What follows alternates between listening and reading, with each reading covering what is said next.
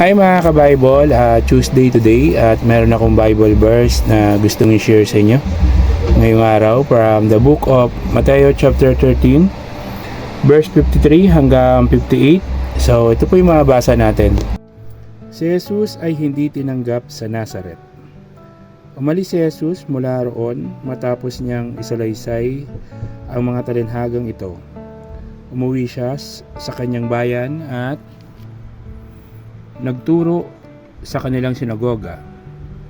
Nagtaka ang mga nakarinig sa kanya, kaya't kanilang itinanong, saan kumuha ng ganyang karunungan ang taong iyan? Paano siya nakagawa ng mga himala?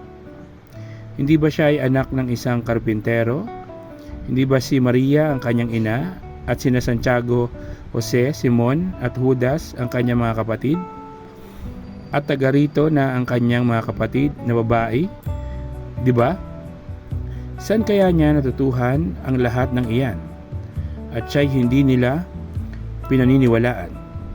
Kaya sinabi ni Jesus sa kanila, ang isang propeta ay iginagalang kahit saan maliban sa kanyang sariling bayan at sariling sambahayan.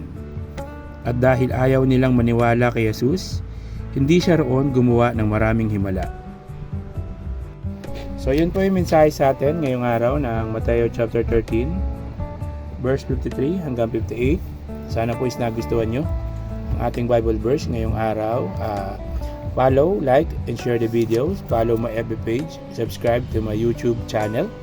Magsisi at talikuran ang ating kasalanan dahil ang second coming ng ating Panginoong Kristo ay malapit na pong dumating. Magbabautismo sa tubig para sa kapatawaran ng kasalanan. Keep safe, God bless, always remember, Jesus loves you. Bye-bye.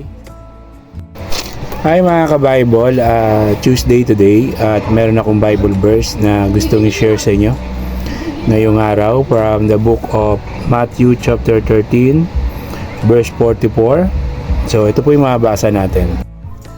Ang natatagong kayamanan. Ang kaharian ng langit ay katulad ng kayamanang nakabaon sa isang bukid. Nahukay ito ng isang tao, ngunit agad itong tinabunan.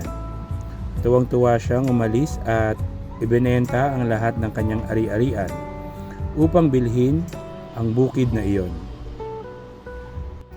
So yun po yung mensahe sa atin ngayong araw ng Matthew chapter 13 verse 44. So keep safe, God bless, always remember, Jesus loves you. Bye-bye.